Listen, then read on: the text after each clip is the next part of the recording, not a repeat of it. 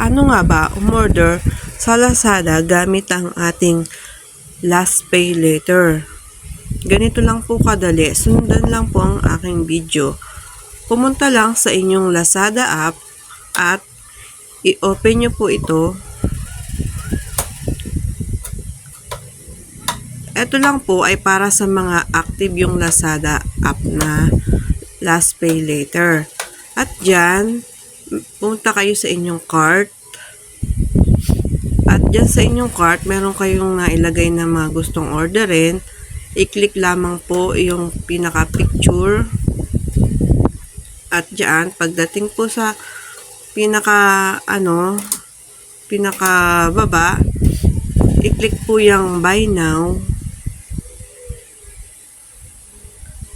And then, click ulit yung buy now ulit sa baba. Tapos, dito po, bago nyo po siya i-place order, ay ilagay nyo muna ang inyong select payment method. Ayan. Click lang po yung payment method at dyan kayo mapupunta. Dyan makikita nyo po ang inyong last pay later. Ang akin po ay meron akong 600 na credit limit. Click lang po yan. Tapos, pag na-click nyo yan, i-confirm nyo na. And then, ayan na siya. And then, bago nyo muna siya i-place order, eto pa. Pindutin nyo po yung pinaka last pay later. Meron po dyan pagpipilian kung ilang buwan nyo po siya babayaran. At ayan po. Meron po siya mga option na kung pwedeng isang buwan lang. Pag isang buwan, walang tubo. At yan, pag 3 months, yan, may tubo na yan. Tapos 6 months, meron ding tubo, syempre. Yan lang po yung mga pagpipilian. Ang napili ko po ay isang buwan lang.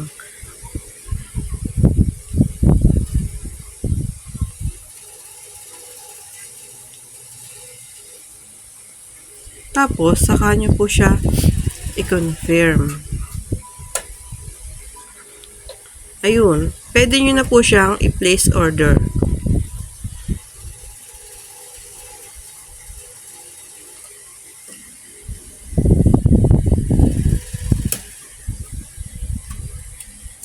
Yan, hintayin lang po natin kung successful po yung payment na yun. At ayan nga po, successful na po yung payment natin. Hihintayin na lang po natin na dumating yung ating parcel. Bago po yan, check po muna natin dun sa ating account kung to ship na siya. Back lang po natin. At pupunta po tayo dun sa ating account.